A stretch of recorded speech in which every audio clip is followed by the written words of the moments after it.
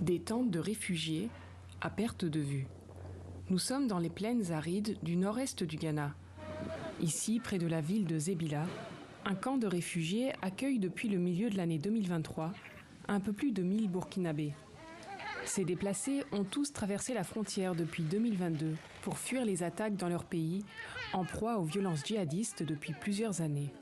Pour des raisons de sécurité, ces Burkinabés souhaitent rester anonymes. Nous rencontrons une femme. Elle vient de la zone de Soulougui, dans l'extrême sud du Burkina Faso.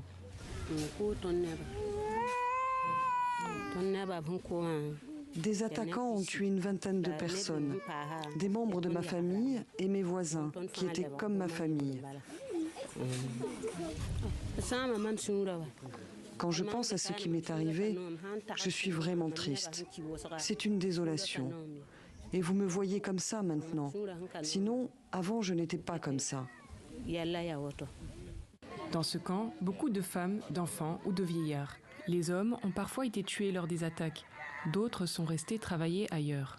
Le camp se situe près du village de Tarikom. Les 2600 habitants de ce village ont accepté de donner leurs terres aux réfugiés. Nous pensions que cela allait protéger et sauver des vies. Et c'est même dans la loi de protéger les déplacés. Au début, nous avons commencé par établir le contact et des relations avec les demandeurs d'asile. Et nous nous entendons vraiment bien avec eux depuis lors. Les villageois, pauvres eux aussi, demandent à ne pas être oubliés des organisations internationales. Les habitants de Tarikom ont longtemps eu peur que les agresseurs des réfugiés burkinabés les traquent jusqu'au camp et viennent donc jusqu'à leur village. Mais avec le temps, cette peur a presque disparu. De retour à la capitale, Accra, nous rencontrons M. Tété Padi, le directeur du Ghana Refugee Board, l'agence gouvernementale ghanéenne qui travaille avec le Haut Commissariat des Nations Unies pour les réfugiés. Monsieur Padi explique que la construction du camp a pu soulager des familles ghanéennes qui accueillaient beaucoup de réfugiés chez elles. Mais il y a aussi des raisons sécuritaires.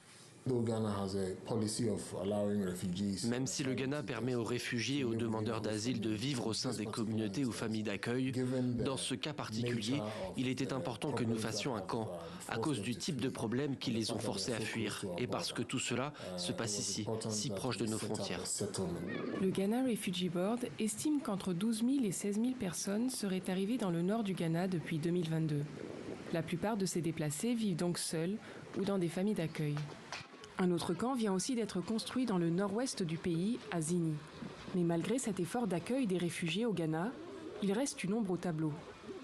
En juillet 2023, le Ghana a été accusé par les Nations Unies de renvoyer des réfugiés vers le Burkina Faso. L'association des Peuls, Poulakou International Ghana, avait même filmé certains de ces renvois. L'association affirmait que seuls des Peuls avaient été expulsés du Ghana. Le gouvernement ghanéen avait démenti les accusations, notamment celle du HCR, évoquant des rapatriements volontaires.